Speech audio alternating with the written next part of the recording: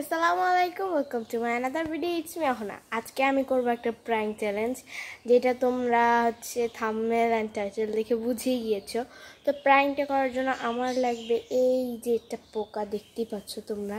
তো চলো বেশি কথা বলবো না, এটা জাস্ট 4-5 মিনিট একটা ভিডিও। তো এই প্র্যাঙ্কটা করছি আমি আমার বোনের উপরে, কারণ আমার বোন এগুলো জিনিস দেখে অনেক বেশি ভয় পায়। তো চলো ওর সাথে প্র্যাঙ্কটা করি। আর গাইস, এইটা হচ্ছে সেই প্র্যাঙ্ক করার পোকাটা। তো চলো ওর কাছে চলে যাই। গাইস দেখো কি করে, কি করছো তুমি? এগুলো তো তোমার বার্থডে জিনিসপত্র, তুমি নষ্ট করছো কেন? হ্যাঁ, নষ্ট করছো কেন তুমি?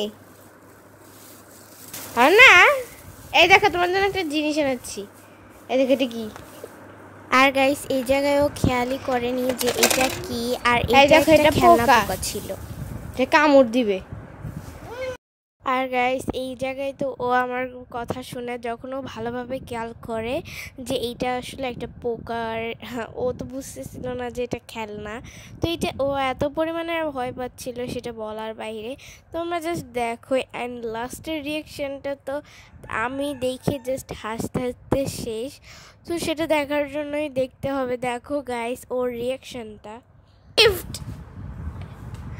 আল্লাহ, কোথায় যাও? এই নাও, I know.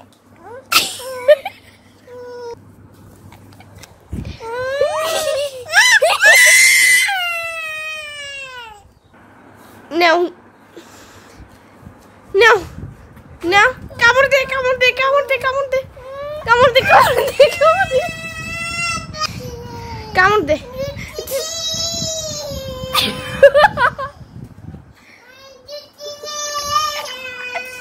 আসছে, দাঁড়াও।